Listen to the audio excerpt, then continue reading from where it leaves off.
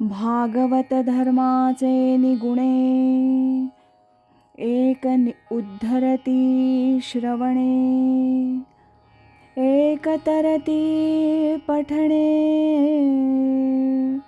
एक निस्तरती ध्याने, संसार पाशा. पूजनीय स्वामी कृष्णानंद लिखित शुक उवाच. श्री एकनाथी भागवत भावार्थ कथा या ग्रंथातील आज ऐकूया पुष्प 11 बंधमुक्त लक्षणे भक्त आणि भक्ती याचा भाग 2.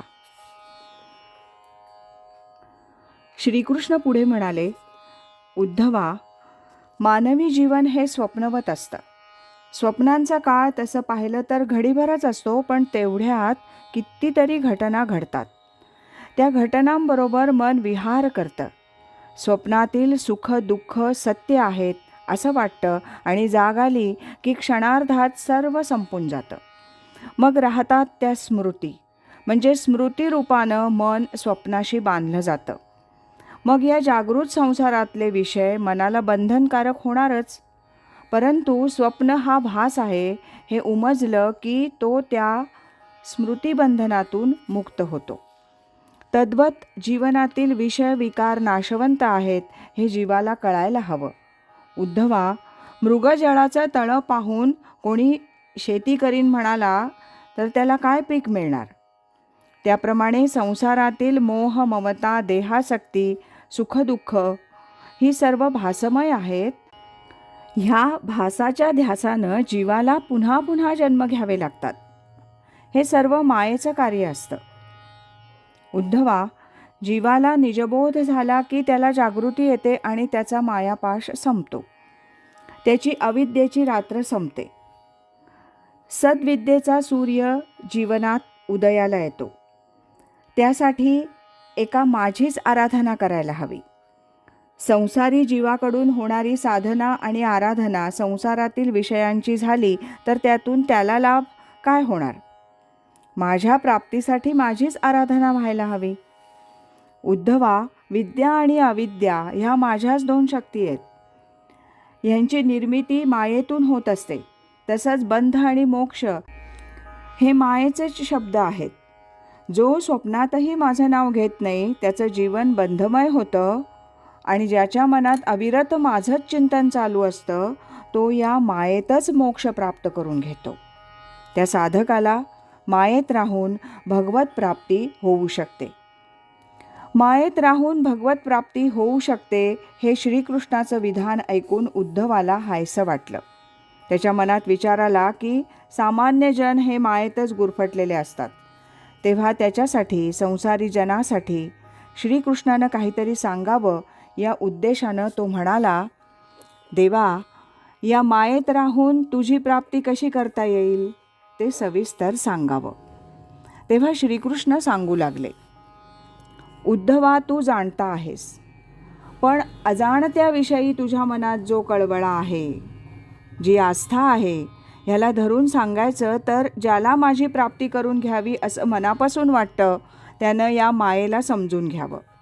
विद्या अविद्या बंध मोक्ष हे सर्व मायेचे भक्ष्य आहेत असं समजावं आणि या भक्ष्याच्या बळी आपण जाऊ नये म्हणून मलाच भजावं, माझ्याच स्मरणात असावं. उद्धवा, पणतीला दिवा असं म्हणतात, पण तिथं ज्योत आपणहून प्रगट होत नाही.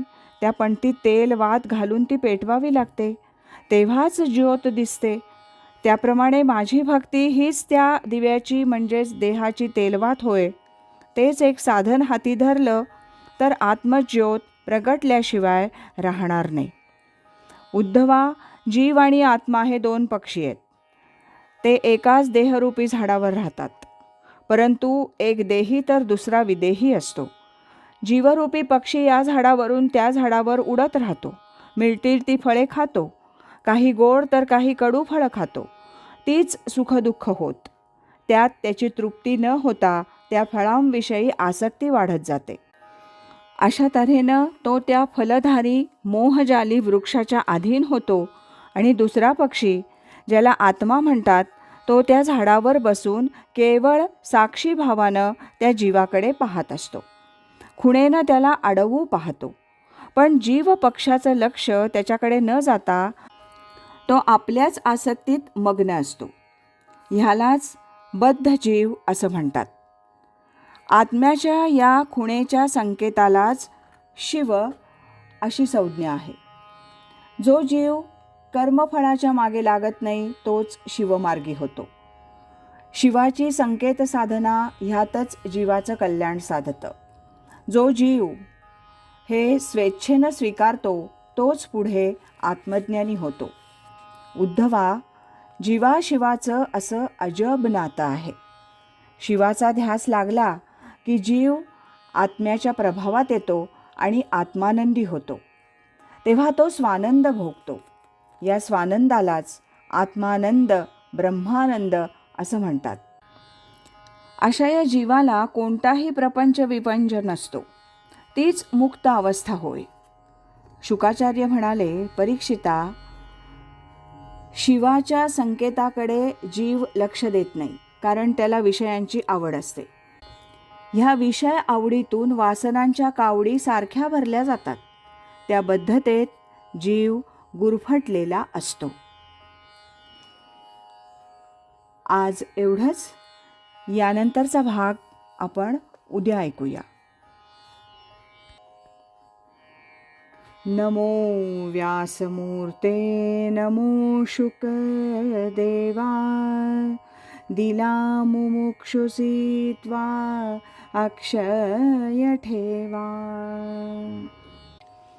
कथा भावरूपे घडली आहाते, करी समर्पित गुरुचरणाते. हरि ओम तत्सत.